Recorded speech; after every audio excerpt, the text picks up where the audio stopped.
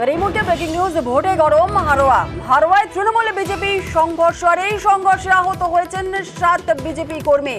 ভোটে গরম হারোয়া। আমাদের সঙ্গে রয়েছেন আমাদের প্রতিনিধি জিয়াউল আলম। জিয়াউল, ঝামেলার সূত্রপাত কোন জায়গায়, কি হয়েছিল? দেখো, হারোয়ার সারিপুর গ্রাম পঞ্চায়েতের আন্দুলি এলাকায় সেখানে দলীয় বিজেপির দলীয় ঝান্ডা টাঙানোর কাজ করছিল বিজেপি কর্মী সমর্থকরা।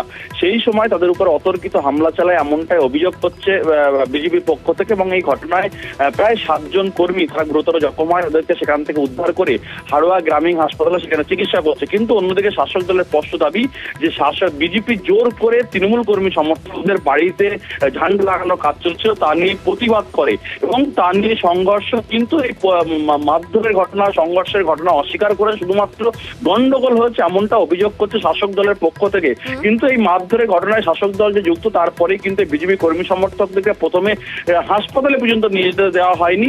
তারপরেই বিজেপি নেতৃত্ব এবং পুলিশের কাছে খবর যায়, তারা পুলিশ গিয়ে এবং সেই বিজেপি নেতৃত্ব সেখান থেকে গিয়ে এই 7 জনকে উদ্ধার করে গ্রামীণ হাসপাতালে নিয়ে আসে। আর জানিয়ে রাজনৈতিক পারদ চড়ছে হারোয়া জুড়ে। কিন্তু দলীয় ঝান্ডা নিয়ে যেভাবে সংঘর্ষ জড়ালো এবং এই ঘটনা এখনো পর্যন্ত 7 জন আহত, কিন্তু শাসক দল পুরোপুরি অভিযোগ অস্বীকার করেছেন। তাদের একটাই দাবি যে কোনো রকম ভাবে সংঘর্ষের ঘটনা ঘটেনি, শুধুমাত্র তাদেরকে বারণ করা হয়েছে এবং তার থেকেই সংঘর্ষ, এমনটাও শাসক দল অভিযোগ অস্বীকার করলেও বিজেপির পক্ষ থেকে অভিযোগ করা হয়েছে যে মারধর করা হয়েছে এবং তাদের ঘটনায় 7 জন আহত।